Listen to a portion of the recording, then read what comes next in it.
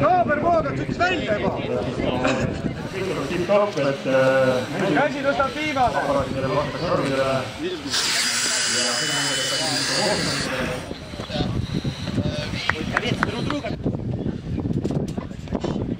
Rahu.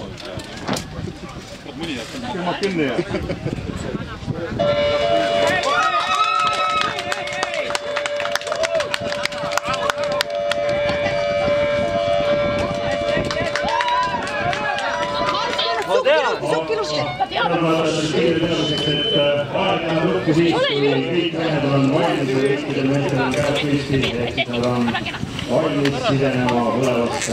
Ja liiklusavarii lahendamine on siis ette võetud esimese päästemeeskonna poolt, see on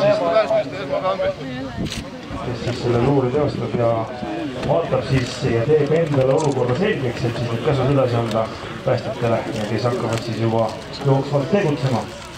2 valgekiivriga päästjad siis nagu näete panevad praegu valmis hüdraulilisi lõikevahendeid. Seal oli kiirkontroll ebakorrektne ja massiline kiivrisukk ei olnud päris korrektne. Väga hea.